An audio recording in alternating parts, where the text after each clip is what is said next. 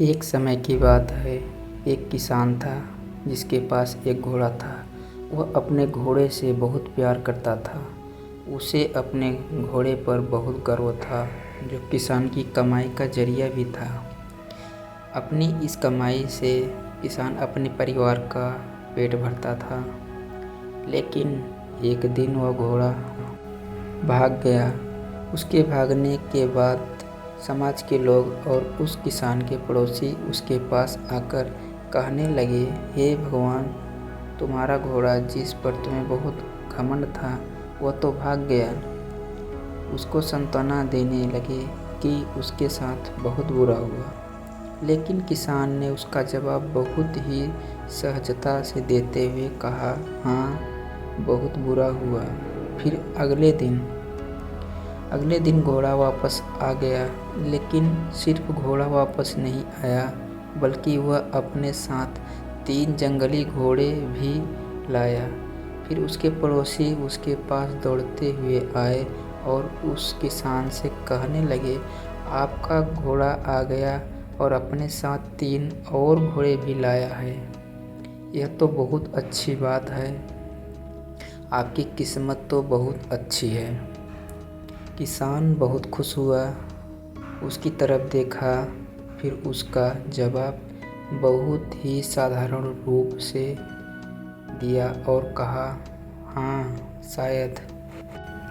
कुछ दिनों बाद किसान का बेटा उसी जंगली घोड़े से किसी एक काम के लिए उपयोग बनाने की कोशिश कर रहा था। लेकिन इसी कोशिश के दौरान घोड़े ने उसे जमीन पर पटक दिया और उसका पैर बुरी तरह से टूट गया। उसके पड़ोसी उससे कहने लगे, उस पागल घोड़े ने देखो तुम्हारे बेटे के साथ क्या किया, उसका पैर तोड़ दिया। यह तो बहुत बुरा हुआ।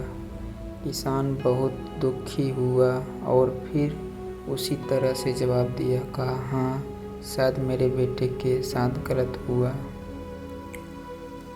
अगले दिन सेना के कुछ जवान उस किसान के घर आते हैं, जो जंग छिड़ने के कारण नए जवानों की भर्ती कर रहे होते हैं।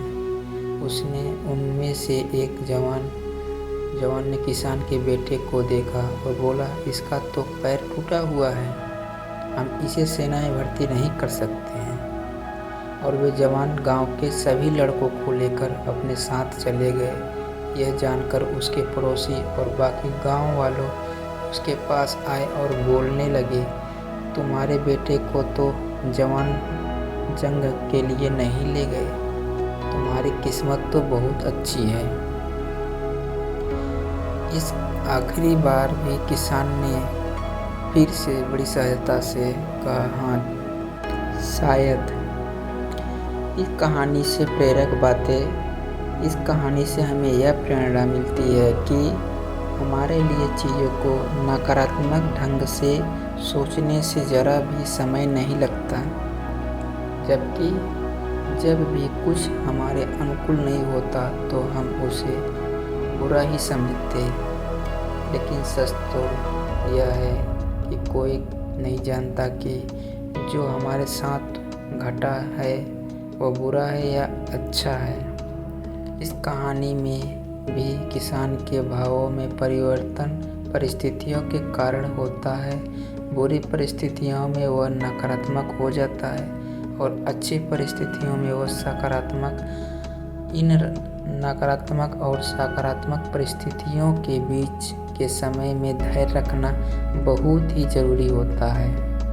क्या आप वाकई में यह बता सकते हैं कि हमारे साथ जो घट रहा है वह गलत है या सही, बिना यह जाने कि भविष्य में उसका क्या प्रभाव पड़ेगा हम पर या हमारे जीवन पर?